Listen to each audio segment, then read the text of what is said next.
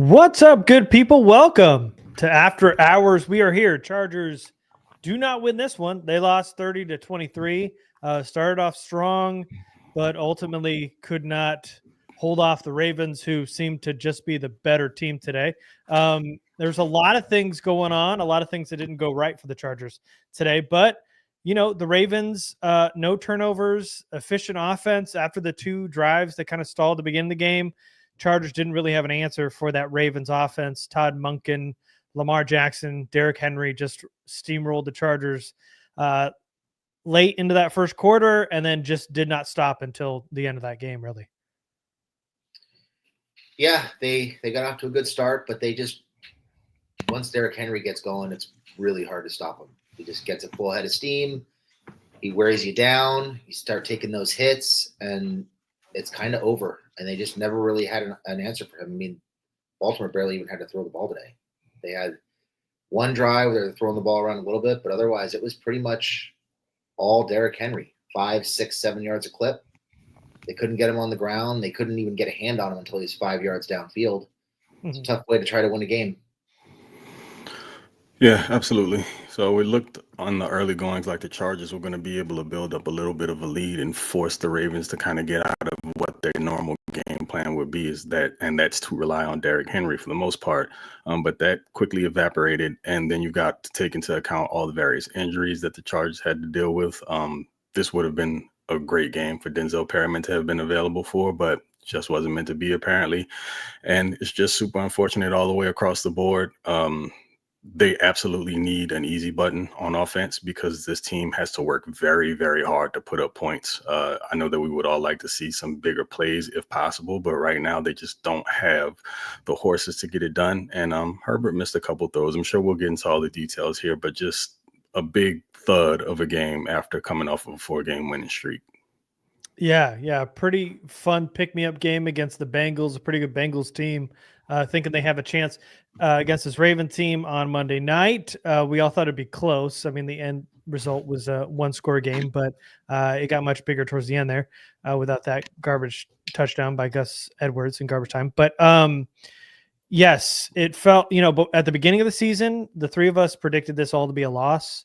I think as the season went on, we all were a little bit more confident that this game could be a win, but ultimately it was not. It kind of felt like, yeah, I know a lot of people have said this, and just to reiterate what everybody's thinking, it does still feel like the Ravens are the type of team the Chargers want to be, and they've had years to kind of perfect that type of football team. And Jim came in here and through over half a season has gotten close to that, but hasn't quite been able to build up the team that he wants to. And we kind of saw a team that is built in that Ravens image, but isn't quite up to that Ravens standard quite yet because they just don't really have the talent on offense, defensively, they didn't either today. Kind of a uncharacteristically bad game from Christian Fulton, especially on that back-to-back PI drive that he had.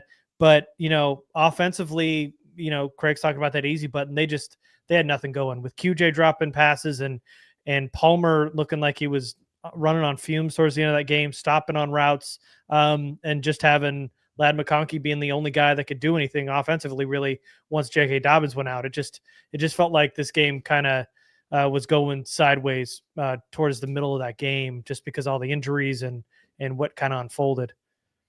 Yeah, I mean, they look so good coming out of the gate. The running game they had dialed up in the first quarter in particular was really, really good. It seemed really diverse and creative. They were moving offensive linemen, pulling guys, getting guys to the second level, and just gashing the Ravens. And then it just stopped. Yeah. And then you start finding out that Ladd's really the only guy that's getting open on a consistent basis. And that makes things really difficult. Then you start having QJ drop balls. What was that, 3 drops in a row? Yeah. Knowing what he went through last year, now you got to worry about him for the rest of this year. Yep. Mentally, because those were 3 ugly drops. And it seemed like he was certainly carrying the first one with him. Through the second one and the third one. Yep. He absolutely has an issue with shaking off drops, and it builds. It starts to avalanche, and you hate to see it for the kid after the year he went through last season and the growth that you saw this season.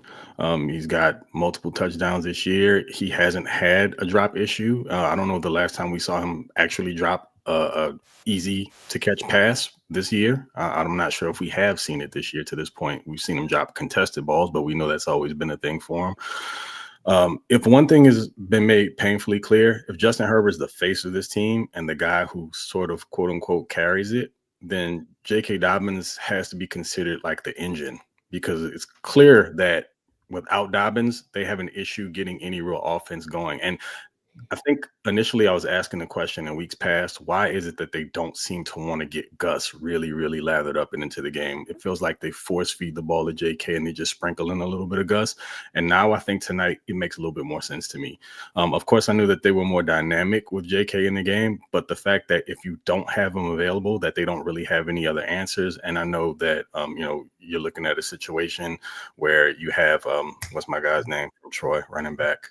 Our rookie. Kimani Vidal. So Vidal's not active out there, so you don't have that element of a little bit of a shiftier guy to maybe take on that JK role. Then you're really, really reduced into what you can do on your offensive playbook.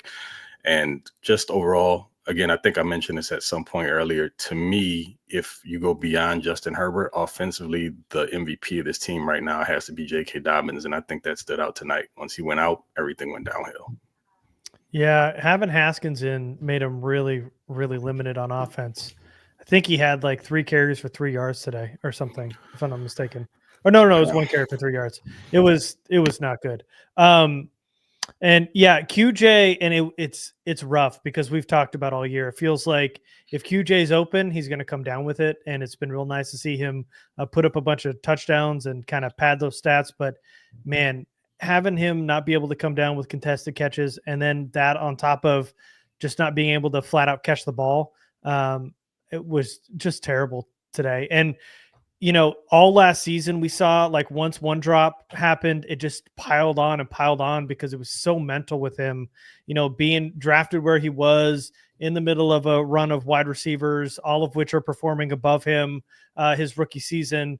This season you thought maybe he'd, at least do a little bit better, but it feels like he's just, he overperformed to a lot of, great touchdown passes. But again, all those were basically wide open with 2 or 3 steps behind any DB. And so just to, have him go back and regress to the point where he was last year, where, now he's trending again about how bad he is as a wide receiver. People were talking about cutting him and how he shouldn't even be on the football field. I mean, he had 5 targets and he didn't catch one of them. Granted, 1 or 2 of them probably, were a little bit iffy, but there were 3 drops that were just so significant and so bad that just one of those to any star wide receiver, and it's like, a national headline. But because QJ does 3 of them in a row, it just, it's going to be hard. Everybody's going to be talking about it. All those are going to start adding up. And I feel bad for the kid because he's not going to have a good week, and hopefully it doesn't carry over for the rest of the season, but he can't get it out of his own head. Yeah. And that first drop was especially rough too, because it's his play, right? That drag across the field. He's got 3 or 4 steps on his guy. If he catches that and turns it upfield, who knows? Maybe it goes for 6 and it flips that game on its head. Just super frustrating to see him kind of fall back into those bad habits of not catching the ball. Definitely mental. I don't know, starting to wonder if he even has hands at this point, but definitely mental for him, and they got to figure out a way to pull him out of it because they need him. They can't just rely on Ladd McConkey. They've got to have somebody step up to make plays other than Ladd. Yeah, and speaking a little bit more to that, like, that drop was heartbreaking because, like Jamie mentioned, he gets that ball in his hands and essentially there's nothing but green grass in front of him, and that's where he gets to shine the most in open field. He can make guys miss and probably takes that for a pretty huge chunk play. And yeah, absolutely. The last thing that this team can afford is for him to regress, because what else do you have at the wide receiver position? Ladd is Ladd. Palmer can be sprinkled in there for a few plays. But other than that, you really don't have anything else in the passing game. I will say that what I was really encouraged by, it sucks that this came in the type of game that it did, was they were getting J.K. Dobbins involved in the passing game early.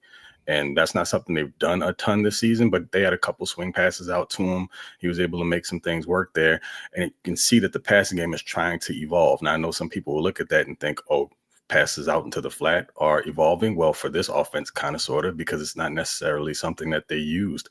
But you kind of had it all going. J.K. in the passing game, Herbert was able to use his legs and create a little bit more. And that's kind of how you make this offense go. If you remove any of those elements, then things get really pared down. And then Greg Roman has to work overtime to try to figure out how to make things work in the passing game when the team falls behind. And right now, they, again, just don't have the pieces to make it go. Yeah, and let's not forget, I mean, this is a really, really good Ravens team. And they talked about the broadcast. They're on pace to be, a record-setting offense in the NFL. So this is a good football team. The number one football team in the red zone, number one offense in the red zone. And it just felt like, defensively, offensively, they're just, they were outmatched today. And I know a lot of people were talking about them kind of overperforming, and I get all that, but it just felt like we talked about like this stretch of games is going to prove like what kind of team they are, because they, were performing so well, and we're kind of seeing that they are not on this Baltimore Ravens level yet. They're not on that upper echelon, and it kind of all came into fruition today, because the Chargers have weak spots on offense and on defense, and we saw the Ravens absolutely exploit a lot of those today. Yeah, totally agree. I mean, we're at a point where obviously they're still rebuilding, and to be where they are at 7-4 right now, with guys like Fulton and Puna Ford and some of the guys that are making an impact on both sides of the ball, seemingly coming out of nowhere to do that, I think is really a testament to the level of coaching that they're getting. But that can only take you so far, right? You can only patch a leaky dam with bubblegum for so long before the bubbles start to pop. And I think you saw a little bit of that tonight, right? That, again, having issues with the interior of the offensive line, getting back to having basically no pass rush once again. The receiver is having a hard time getting open again. Just issues on the back end, not tackling. They're on the field with a really, really good football team. One that I think they could have beat if they'd played a clean game. But you find yourselves in a stressful situation with some pressure, trying to prove that you're for real. And they got pushed around a little bit by clearly a much better team. There's no shame in that, really. It's just frustrating, because you think that they're maybe a little bit ahead of schedule, and then you have a game like that and you realize maybe they're not as far ahead of schedule as we thought. Yeah, and there's only so much like discipline, hard work, guys keying in where they're supposed to be, understanding assignments, just being completely buttoned up. There's only so much of that that's going to carry you. At some point, you're going to run up against a team where the talent just kind of supersedes you. And that felt like it happened tonight. Especially when you're looking at those scenarios where you're up against so many fourth down situations. I mean, the fact that, and I'll give John Harbaugh credit, that fourth down conversion inside their own 20 was super demoralizing. You get a team to third down and a point to where you feel like you're going to get them off of the field, and they convert and then drive the ball down the field and score a touchdown. You talk about taking the wind out of your sails. That was just one of the many plays. But I'll tell you something else that's super frustrating. It seems like every time the Chargers are up against a team who is like bottom of the league in something, or near the bottom, or say like bottom 10, you think they're going to exploit that, but they seldom do. And it's really worrisome. Like in this game, I want to say that the Ravens were like 23rd in points per game. Like the Chargers ended up scoring over 20 points. So great. But they also gave up like 362 yards per game. So they were good for like 25th. And the fact that Justin Herbert walks out of this game without having thrown one passing TD is very, very alarming to me, because you felt like, if anything, he was going to be able to get his to some degree, and it just didn't materialize for multiple reasons. Again, J.K. Dobbins going out was a huge factor here, but it just seems to be a continuing theme throughout the season. We go through these games each week, we look at the opponents and we see where the weaknesses lie. And then when we get to the end of these games, I mean, now, for the last few weeks, they've been wins. But for a game like tonight, it really stands out to you that in the passing game, they weren't as effective as you thought they probably could be. But again, some of that had to do with the running game faltering after JK went out. So, I mean, I guess context matters there. Yeah. And then, as Squeezy's saying, you might be able to attribute that to the wide receiver room. Ladd's the only receiving threat. I mean, they tried to get it to QJ late in that game. Obviously that was not good and it didn't work out. Palmer didn't work out either. It just felt like nobody on this football team was catching anything today late in that game when they needed him to, except Ladd McConkey, and then maybe a dump off to Disley a time or two. But Palmer and Johnston did not do good today. Yeah, I mean, I don't think we're, avoiding the fact that we know that they need help at the wide receiver position. I mean, leading up to the trade deadline, what were we all screaming for? Number one for me was a tight end, but wide receiver was right behind that. So we knew that they're deficient in certain areas. We're not delusional about where the team's shortcomings are right now. But ultimately, when you are going to want to play the style of football that the Chargers do, you can't afford for any phase of the game to let you down, because they can't basically fix it or make up for the distance or gap with any other area. So if the running game is not working, you can't expect Justin Herbert to go out there and deal to a bunch of number 2 and 3 wide receivers. It's just not realistic, even against a defense that wasn't very great against the pass in the Baltimore Ravens. Yeah, I think we've mentioned this before. I've been kind of looking at the numbers, doing the walkthrough inside the numbers the last couple of weeks, and I feel like the Chargers have been kind of tempting fate in a lot of ways. They've been awful on third down all year. I think for the season, they're averaging like 33% on third down conversions. They've been brutal. And I haven't looked at the numbers today, but it seems like they didn't convert a third down after the first 2 drives of the game. They were just awful on third down. So it's really hard to win when you're consistently not converting third downs. Now they start playing better competition, no pass rush. That's a pretty good indicator of whether or not you're going to be successful. If you can't affect the quarterback, you're going to have a hard time winning games. And granted, this wasn't a game where Lamar threw the ball a ton, but when he was back there, he had all day to throw. And then again, not being able to do the one thing that you really want to do well, which is run the ball between the tackles, because the interior of the offensive line is crap. I feel like we already said it, but they're kind of reaching a point where the coaching is kind of maxing out a little bit. And now we're seeing how can I put it? We're kind of seeing the downside of playing with so many guys that they picked up off the scrap heap. So hopefully they can figure some things out, because the second half offense has been bad all year. They need to get the pass rush going again. And like I said, you got to be able to stop the run, and they can't stop the run again. So lots of issues. Yeah. Boils down to lack of overall talent, and then some of the higher end talent that you feel you have not necessarily lifting everyone around them. You talk about lack of pass rush, and 97's name is going to come up far more often this week, I think. He had a bunch of pressures last week, didn't necessarily get home, but Joey Bosa is probably going to take a thrashing amongst Chargers fans. I would not be surprised.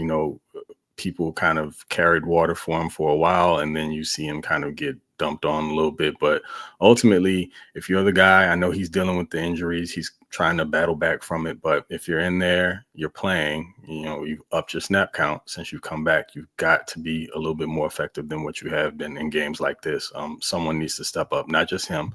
There are other guys that are leaders on this team that, I don't know, I guess have to galvanize the guys around them and help to maybe up their level of play, because that's what it's going to take for this team for the rest of the season. Jamie keeps speaking to it. There's only so much you can do when you're like, I'm not going to say deprived of talent. I mean, they have talent in spots. They're just not as talented as some of these upper echelon teams.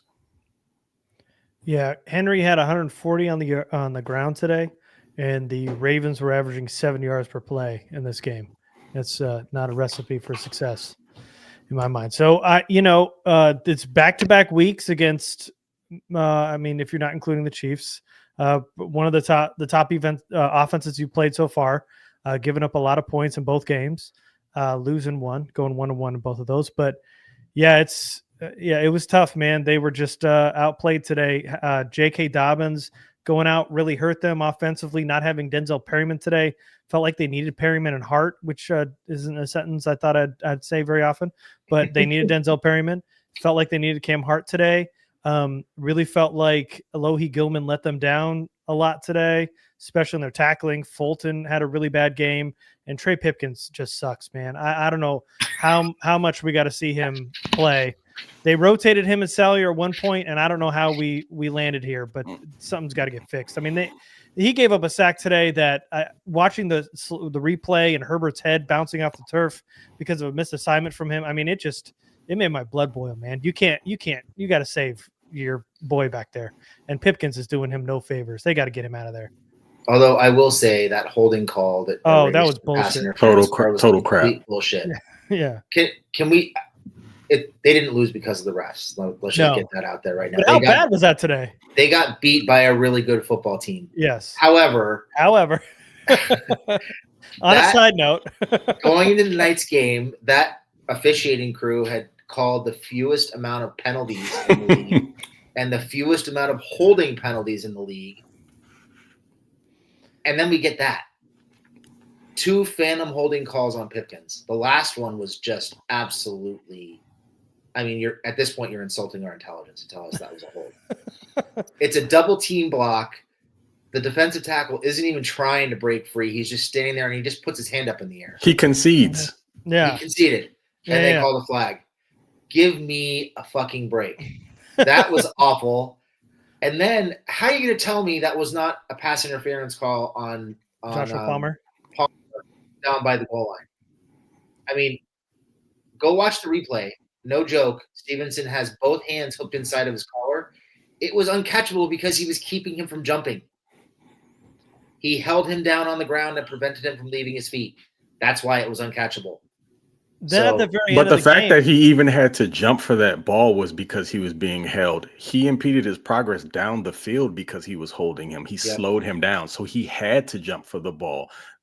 I've actually never seen a game where so many calls have had to be discussed either. It felt really strange. Yeah. Like, the overturns, some of these calls that were very obvious being overturned. No, it's not the reason why they lost the game. But if you couple that up with everything else that went wrong, I mean, this team can't be expected to overcome all of the bad crap.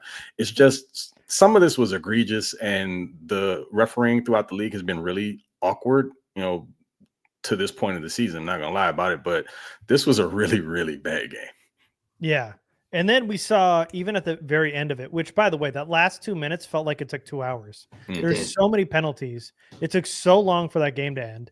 And some of those pass interference calls at the very end that went the Chargers' way were less of a PI call than the one on Palmer, which didn't get called. It was like, be consistent somewhere. And then even when they got together and huddled up and had a discussion, they still somehow, with the group together, would get it all wrong. It was ridiculous, man. That like from start to finish really felt odd. Even like not just the Chargers, even that kind of leg whip on Richard while he kind of like threw his leg. It was kind of like, really? He was trying to leg whip. He was trying to, but he didn't. And he got a penalty for an attempt. Yeah, I guess. All right. Yeah. So if I attempt to swing on somebody but don't make contact, do I still get penalized for it? Terrible aim, but you get penalized for just having crap aim. Yeah. So anyway, I don't know. It was bizarre today. So what do we have to do to get Trey Pipkins off the field? Good question. I mean, they're legally already... start a GoFundMe. Yeah. Yeah, we're talking here, Jamie. We just shouldn't have discussed them live. Yeah, talk about it later. I mean, we can talk off stream if you really need to know. I think Craig's got a guy. Is what it I know sounds some like. people.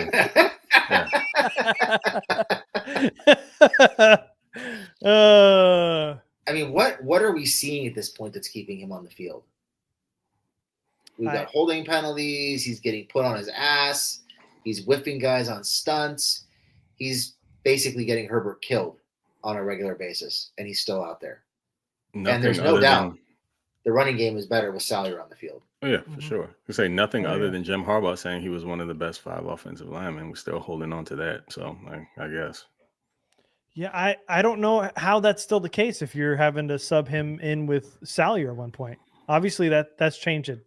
Well, wasn't that based on injuries initially?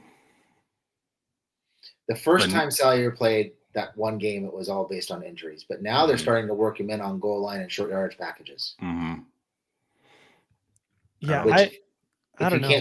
If you can't trust your starting right guard in short yardage and goal line packages, why is he your starting right guard?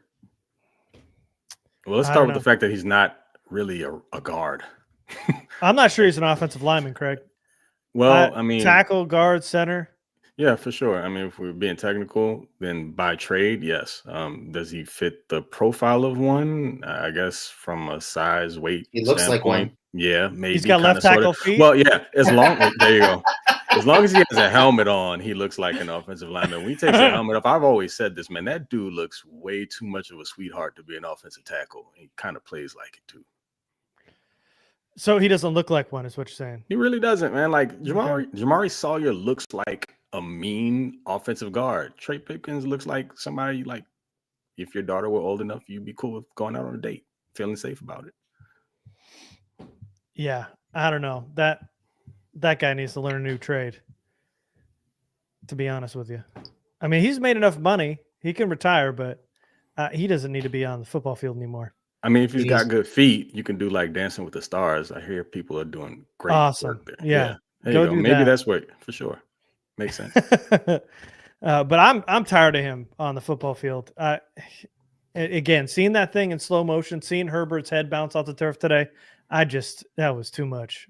I've been over that, but they got to do something about this. All right, from Wheelie, question for the hosts. Well, very, very formal. After Herbert is praising quarterback, do you prefer Aaron Rodgers or Herbert in the post game? Trash the bad wide receiver or praise him? Just wondering from a leadership point. I think that was meant to say after Herbert is praising QJ.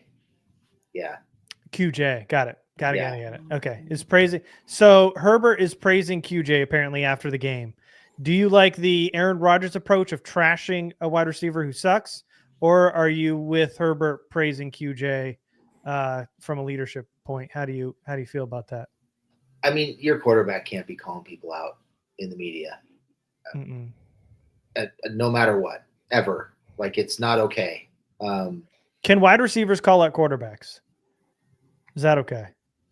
I don't think on a professional level anybody should be calling each other out. Okay. All right. Okay. Ever. Go ahead. Sorry. Just a question. Go ahead. Yeah. No, I mean, I don't care what level you play, whether you're playing rec or pro or whatever. You should never, ever publicly call out a teammate. Ever. No. And if the question involves anything having to do with what Aaron Rodgers would do, it's probably do the opposite. See, that's what I was going to say. Like, I wouldn't want to follow Aaron Rodgers' footsteps in any regard, period, from a personal to a football to anything in between. So I would go with Herbert for sure. Yeah. But yeah, Rodgers, I mean, Rodgers sucks, and he's a nut job, and he's gotten his entire staff fired, and he's an egomaniac. I would not follow him, and I would not prefer to go his way. Yeah, no, I agree. I mean, if Rodgers' lips are moving, he's probably in the wrong somehow. So yeah, he's lying or insulting somebody or and that's making an ass of himself. In this scenario, he trashed Mike Williams for a ball that bounced in front of him from a throw from Aaron Rodgers. He threw it 5 yards behind him. It was Aaron Rodgers' fault. He blamed Mike Williams. So no, Aaron Rodgers is trying to look out for Aaron Rodgers. I am totally okay with Herbert praising QJ. And to be honest, QJ has had a pretty good season up until today. There's been a drop or two. He hasn't been stellar, but he's gotten a lot. Looked like he turned a corner and the confidence was up. And we even saw like touchdown dances and backflips. Like, he looked like a different wide receiver earlier in the season. He had a really bad game today. And that one drop in a pretty important time got in his head and he could not shake it. And you just cannot do that in any sport. As a pitcher in basketball and football and anything, you got to let that go. And he can't. Probably because of the history, but he's got to let that go. Well, first and foremost, anyone expecting Aaron Rodgers to like show accountability for anything, you're fooling yourself. Let's get beyond that. But as far as QJ goes, yeah, you're talking about a guy who, and I'm not saying he has a fragile, I'm not calling him fragile mentally, but he's someone who was getting over a very rough rookie season. as your quarterback, who's still going to have to lean on this kid for the balance of the season, you want to continue to try to uplift him. You're not going to stand in front of a podium and talk down about him when he's already struggling right now. He's beating himself up probably more than anyone else is, especially after all the criticism he took last year. So I commend Herbert for basically trying to take the bullets for his guys where he can, because that's what a quarterback or a leader should do. Typically in leadership in general, that's what you're supposed to do. You can have these conversations with the guys behind the scenes. If you want to dig into him personally, like if y'all have that relationship one-on-one, go for it. But in front of the media, no, you never down your teammates. That's not how that works. And what's funny is it feels like who really came out unscathed in this is Jalen Reagor, who had a really bad drop at the beginning of the game. And it's kind of now overshadowed by these 3 drops from QJ. I don't think anybody really expects anything from Reagor. That's true. That's true too. Yeah. That's to be expected. I would rather just not see Reagor on the field at all. Yeah, me neither. Ever. But this is what we're reduced to, unfortunately. So what? Like he's on the field in 3rd down packages. Tell me how that makes sense. I don't know. What I guess now we all rely on DJ Chark, and when he. I was gonna say, when are we gonna talk about the missing man and all of this? The Chark in the room. what? Okay, Garrett. Well, let's. I'm glad you waited until I swallowed my water. Okay. Before you did that. Yeah. So, what? What do you have to say about that, Greg? Okay. We've now gotten to the point where I don't understand the point of holding him out anymore. Now he needs to be a part of the offense. You kind of have to see what you have in him, because at this point there's no real vertical threat. Now I'm not going to give Justin Herbert a pass. He missed a couple throws tonight that typically he doesn't. Like his deep ball was not on tonight. It was really kind of frustrating to see it happen. But Joshua Palmer is kind of one of those like 3-tool dudes. You can use him in the short, either intermediate and deep, but he's not a vertical threat. He's a decent contested catch guy. Like it's been that way all the way since back in Tennessee. But he's not the type of burner that can create separation that maybe Herbert can just put the ball out there and allow a guy to get it. DJ Chark's supposed to be able to do that. So there's an element that's missing from this team. And being that you don't have a true number one, you need as many different skill sets as you can get on that field in order for Herbert to make a selection. And right now, there aren't very many selections and there aren't many guys with different skill sets. So next week, I think DJ Chark just needs to get out there and need to figure out what they have in them. Otherwise, you basically wasted a signing, because going into camp, that was your number one wide receiver, and suddenly he just can't get on the field whatsoever. I understand working back from an injury, the cohesion between all the other receivers, the offense was moving pretty smoothly for a bit. You saw them opening things up, and they didn't necessarily want to screw with that. Well, today probably proves it to you, especially if you're down J.K. Dobbins. You're going to have to come up with some other options in that passing game. Okay. From Alex Hemingway, what would be more redeeming for you, beating the Chiefs at home or to make the playoffs and lose in the first round? Redeeming? What feels like. I mean, can't they do both? To make the playoffs, right? Yeah. Yes. Yes, it is. Does that mean beating the Chiefs and falling out of the playoff hunt somehow? Like it seems like an either or. Okay. Dang, man. Making the playoffs, obviously. Yeah, for sure. Who cares about a regular season win? Yeah, I mean, I'd take both if that was an option. Yeah. That's what I want. Yeah. And now I think the hardest part about this particular game is the Chiefs game or the Ravens? No, the Ravens game tonight is they lose a key AFC matchup. Mm-hmm. They fall another game behind the Chiefs. They really can't afford another AFC loss. Like this is probably the limit for them. I think now they're 5-3 in the AFC. I don't think they can afford another AFC loss if they want to hang in the playoff race.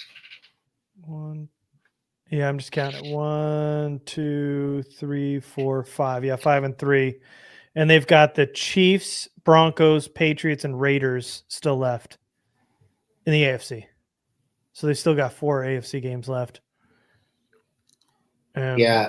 Somebody just said it in the chat, but after taking a beating like this tonight and getting just run over, steamrolled the way they did, I'm now way more worried about the Atlanta game than I was, because going to Atlanta on a short week, the way they run the ball, some of the play action things they do with the bootlegs with Kirk Cousins, I'm a little concerned about their ability to recover from that beating they took from Derrick Henry on a short week.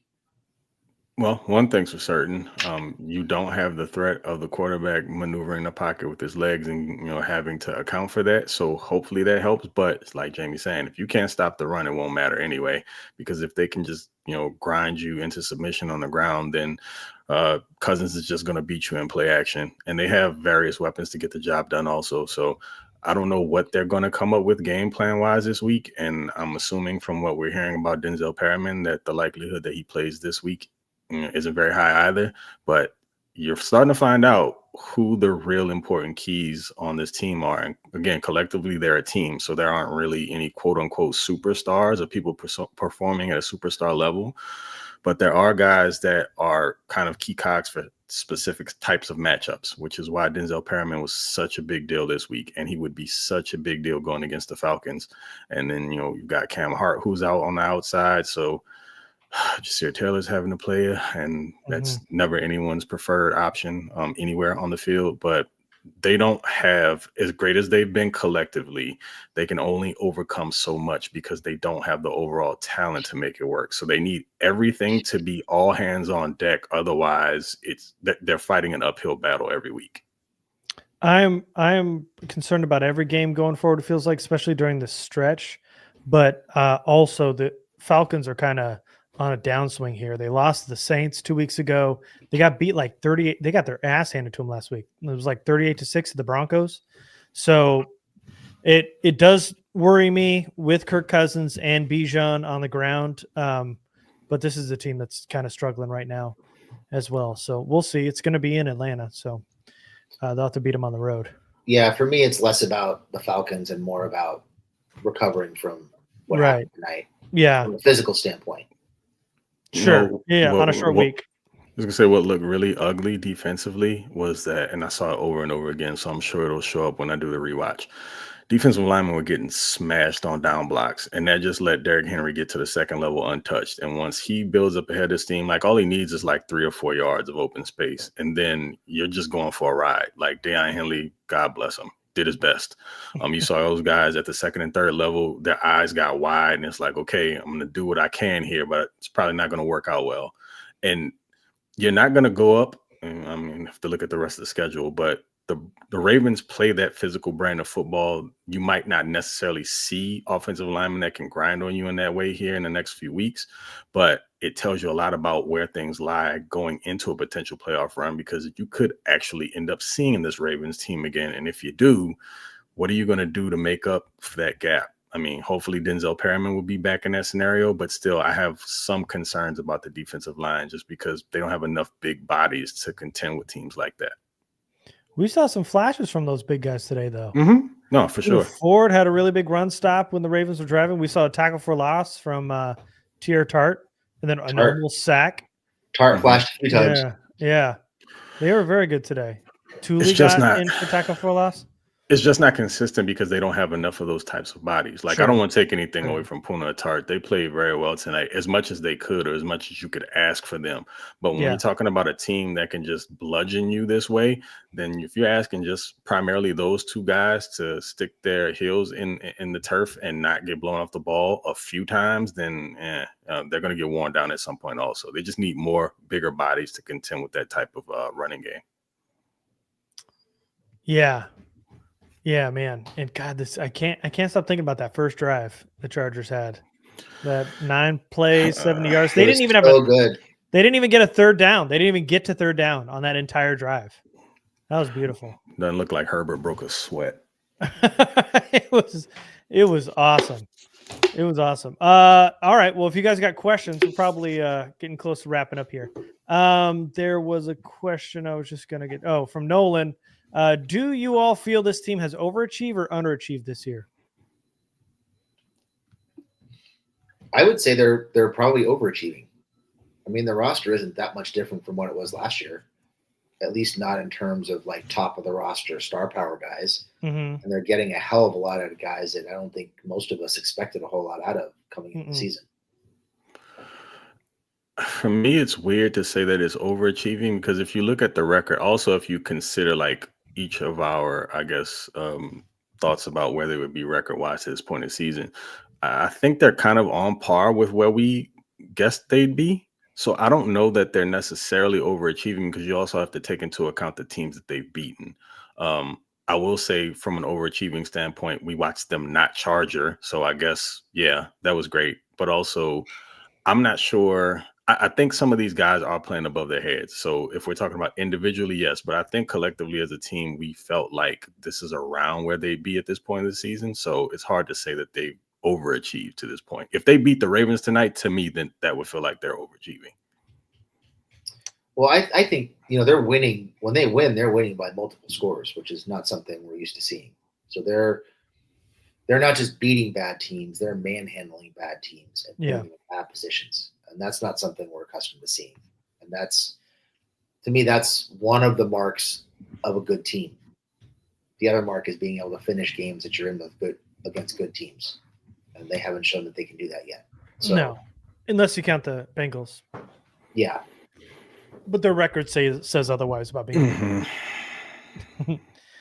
So yeah, I think overachieved is the right answer here. I don't think they've underachieved, and I think if you on paper stacked last year's team to this year's team, you might even take last year's roster at that point. But the fact that they got to 7-3 well, now they're 7-4, but got to 7-3 up until this point, we had all three of us, I believe, had them at, what did we say, 10 wins or 11 wins?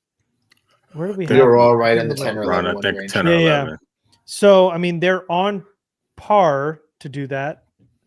But it does feel like they're overachieving a little bit because it felt like, the way in which they're winning and the way they're competing against really good teams feels like they are overachieving. It kind of feels like we thought they would beat some bad teams, but not in the way they are. And we thought they would lose to some good teams, but not compete as much as they are. Because, I mean, it felt like going into this game, it felt like it was going to be a pretty good matchup. And up until halftime, it was a slobber knocker. Like they were going punch for punch, blow for blow. The Chargers put that little 24-second drive together that was so efficient, got up there, and were able to kick the field goal and leave it to 1 point. That drive was amazing, by the way. Something that we're not used to seeing them do is take advantage of those 3 timeouts at halftime and drive down and get points out of it. We're used to seeing this team kneel on the ball with 24 seconds left. Okay, we got out of halftime. We're only down 4 against one of the better teams in the league. Let's go, regroup at halftime. But no, they answered that drive, which was really good to see. Mm-hmm.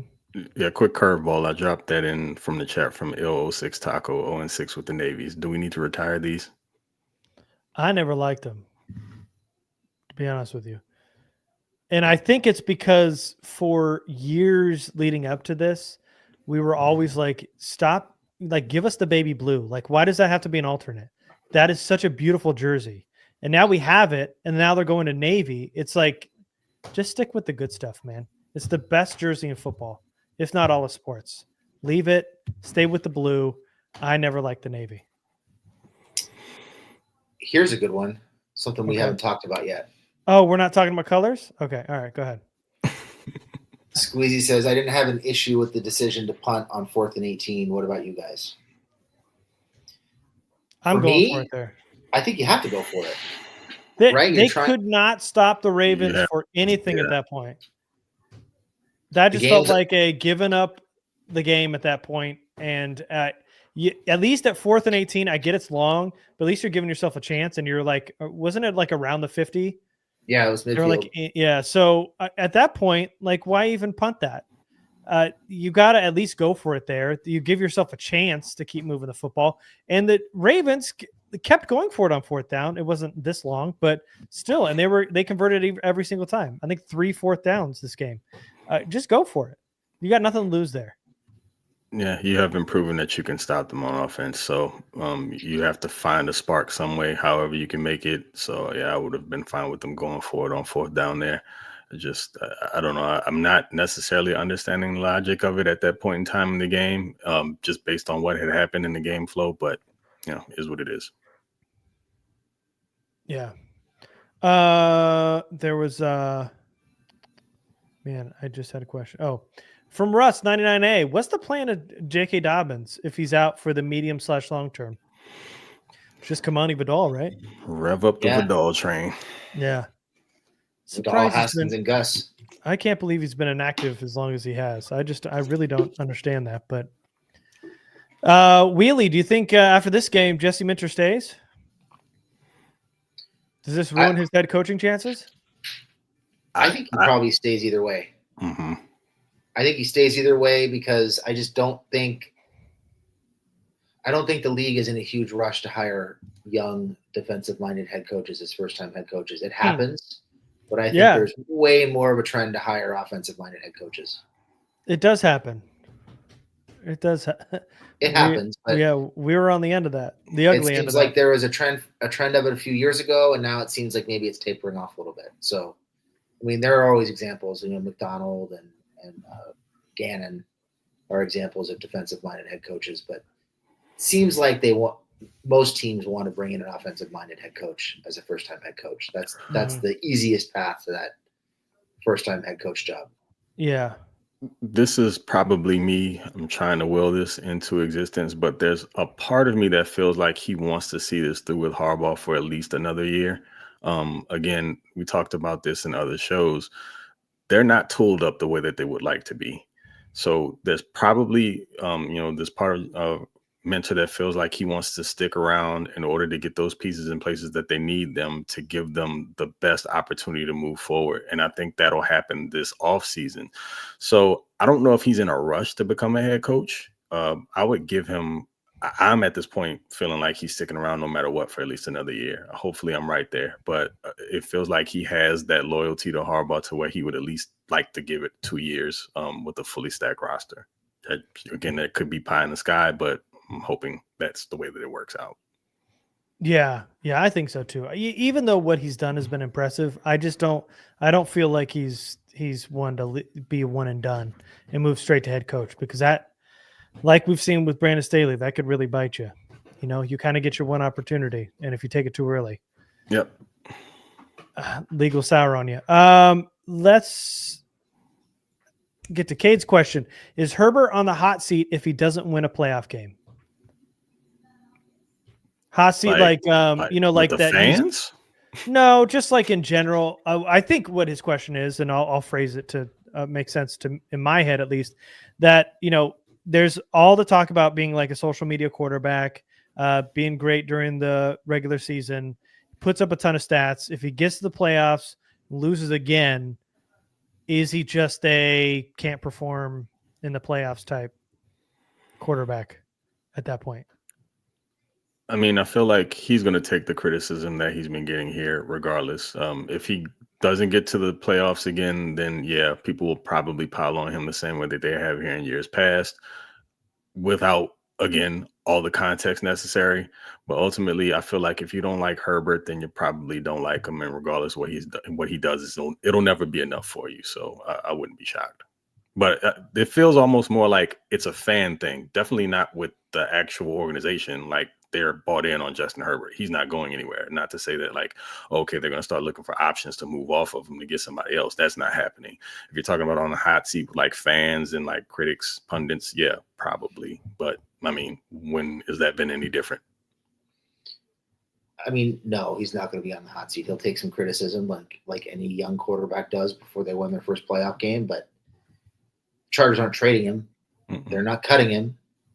He's not going anywhere. So no, he's not on the hot seat. It's a stupid fucking question. Is this any better? What about Ashton Genty?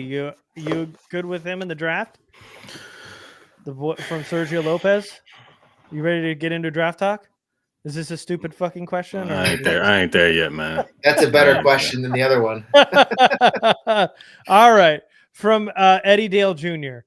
Will Dissly, is he slowly building up his case to be tied in one for 2025? Are we on a run here? What's going on? What are we doing? It's got to be trolling now at this point. Is everybody just tired and starting to troll? Come on, man. I think he's earned a contract. I mean, obviously, this is a career year. I feel like he's done enough to maybe be back in the room again, but no, he's not tight end one. I mean, he signed a 2-year deal, so he's going to be back in the room anyway. But, and he's played great, so there's no reason for him not to be back in the room. But he's not going to be tight end one. If he is, there's a conversation to be had.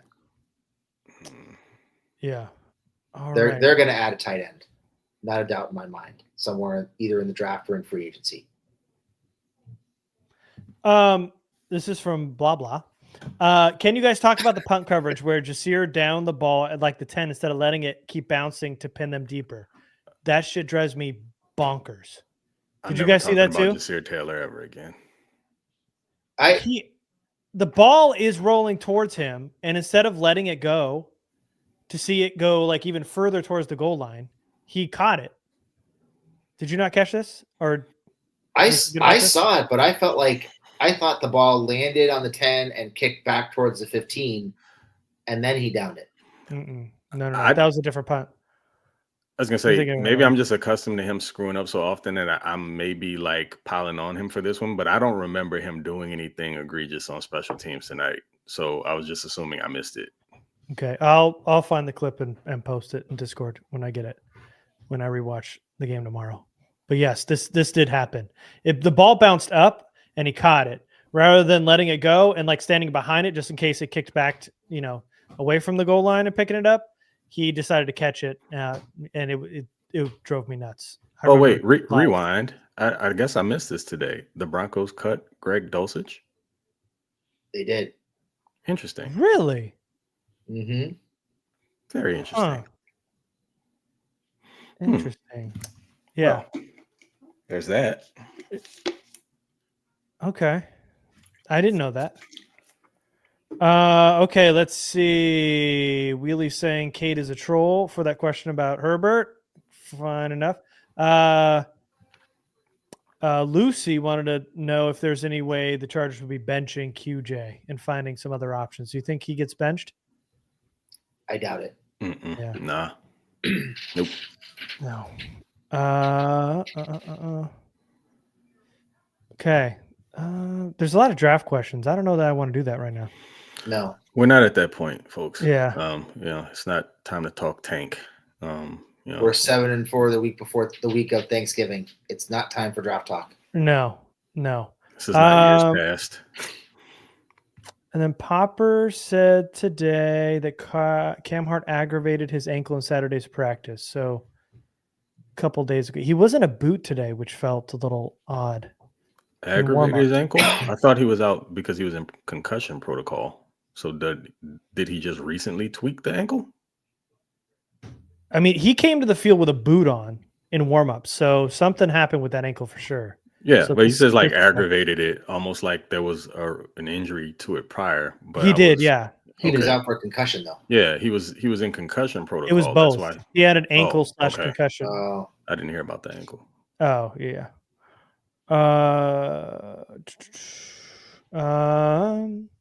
Is this team significantly better than last year when Herbert was on the field? From Troy Myers. Got to be, right? I think they are. Mm-hmm. I think that goes without saying. Yeah. All right. I think we're good here. I think. Yeah. All right. Anything else you guys want to touch on before we get out of here? No, I don't think so. Or Jamie, your New Year's Thanksgiving giveaway. Oh, I've already been promoting it, but okay. Oops.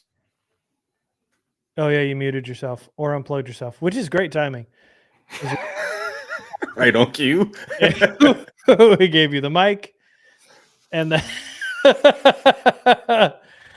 Craig, deviled eggs or yams? Oh, that's wild. I love both. You're gonna make me choose. I'm a protein guy, so give me the deviled eggs. Oh, okay. Yeah, I love deviled eggs. Mm-hmm. Also, by the way, Thanksgiving, again, just want to go out here on a limb. Sucks. I want you guys to know that this is just a speed bump between Halloween and Christmas. And outside of like being able to hang out with family, which is always good, turkey is the worst bird. It is a garbage bird. It doesn't matter how you cook it, steam it, deep fry it, whatever you do, barbecue it, do whatever you want. It sucks. I don't. Hey, smoked turkey is different. My uncle makes the most amazing smoked turkeys. He actually gave me the recipe a few years ago, and I was able to do it for myself. Life changing. Cool. It's the way to have it for me personally. You can smoke it, set it on fire, and throw it in a pool. I don't want it. No, man, but listen, I'm sorry. I'm not dealing with the Thanksgiving disrespect. I'm on day 8 of a 10-day green smoothie cleanse, man. I'm looking forward to Thursday like nobody's business. So you can feel how you want. I'm stuffing myself, and I can't wait. That's a you problem, Craig. Nobody told you to go on a juice cleanse. You did that. No, I mean, I'm not blaming anyone for it. I'm not with Thanksgiving slander right now. If it were like last year or something, it'd be like, yeah, I'm looking forward to it. It's cool. I understand you don't like it, but right now, I haven't eaten solid food in over a week. Yeah, Thanksgiving's going down, and I'm gonna be greedy, and I'm probably gonna put myself into a food coma. But it's worth it. Probably. And I've had deep fried turkey. I've had smoked turkey. I've had it every way, and it sucks regardless. And that's why I hate it. But the sides are great, and the pies are awesome. Dessert's always like let's just get the pies. Have you ever had a smoked turkey, Garrett? Yes. Oh man, you didn't have it right, man. At the end of the day, Thanksgiving is about the sides and the pie anyway. Yes. Mm-hmm. Turkey is just there. And then if ceremony. The good families have turkey and ham. I have honey baked ham, right? That's what I do. I do the honey baked ham, and we trash the turkey altogether. Honey baked ham is fire. Honey baked ham is the way to go. Ham. See, now you're talking, Jamie. This is what it is. Honey baked ham. I'm not saying you should be limited to turkey, but if you want to have the option, I mean, it's for ceremony. It's tradition. So if you want to have a turkey, great. But again, I'm eating everything on Thursday, so I don't know. So how you before Jamie gets into it, Craig, explain to Wheelie what a green smoothie cleanse is. So essentially, I'm going to give you the quick and dirty of it. Basically, it's 10 days. You get kale, spinach, spring mix. There's various fruits that go into it. You basically blend it all up. You make enough to have 3 of them a day. You can actually have like carrots, unsalted peanut butter, and like boiled eggs. But, that's what you're limited to for 10 days. You crap a ton and everything's green. But when it all finishes, you've dropped significant weight and you feel better about the damage you're going to do on Thanksgiving, which is the whole purpose of me doing it in the first place. So this is my payoff. That all sounds lovely, Craig. Yeah, for sure. You asked, so I figured.